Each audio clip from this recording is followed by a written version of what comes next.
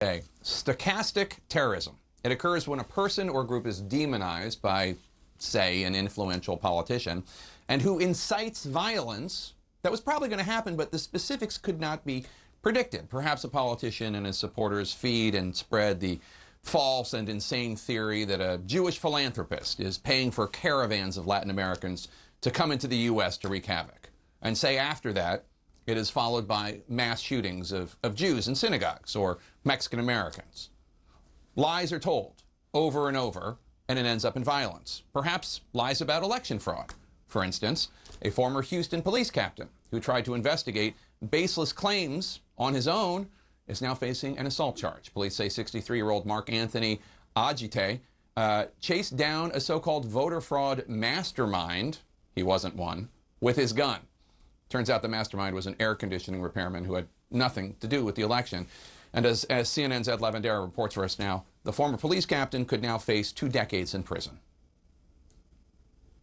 2 weeks before the presidential election, prosecutors say Mark Anthony Aguirre drove an air conditioning repairman off the road and held him at gunpoint. The former Houston police captain suspected the repairman was the mastermind of a voter fraud conspiracy. Former Harris County election clerk Chris Holland says it's a dangerous example of when conspiracy theories go too far. An innocent man, a working man, a family man who was accosted at gunpoint for no reason whatsoever. It's extremely unfortunate. It's dangerous.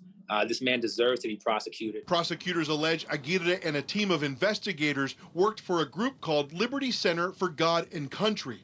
The group tracked the repairman for 4 days, suspecting the man was carrying 750,000 fraudulent ballots in his work truck.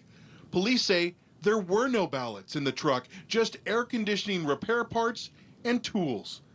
Prosecutors say Aguirre crossed the line from dirty politics to commission of a violent crime, and we are lucky no one was killed. Aguirre's attorney disagrees. Well, I believe it's a political prosecution. He was working and investigating voter fraud. There was an accident. They were surveilling a vehicle.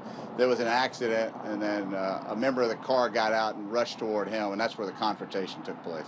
Prosecutors say Aguirre was paid $266,000 by the Liberty Center. The group is run by Republican activist Steve Holtsy. The wealthy Republican donor pushed controversial lawsuits against Harris County to throw out nearly 130,000 presidential election ballots cast at drive-through polling locations.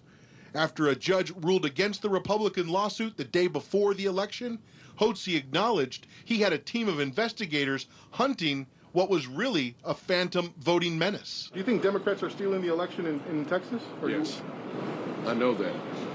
We've got affidavits there. We have informants on the other side that have told us of massive voter election. There's no reports of massive widespread fraud in voting. Sir, that is a fact, no matter how many times you say it.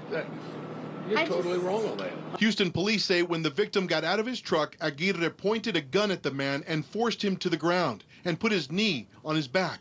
Houston police say part of the incident was captured on police body camera footage. Court documents say that Aguirre demanded that the responding officer arrest the AC repairman.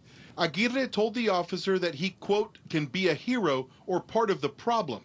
I just hope you're a patriot. And Jake, just to be clear, police investigators and prosecutors in Houston say they spent considerable time investigating these claims of voter fraud and found absolutely nothing. Mark Aguirre is out on bond tonight. Jake? Court after court after court, election official after election official. It doesn't matter. The lies and conspiracy theories continue, and now lives are at risk. Thank you so much, Ed Lavandera.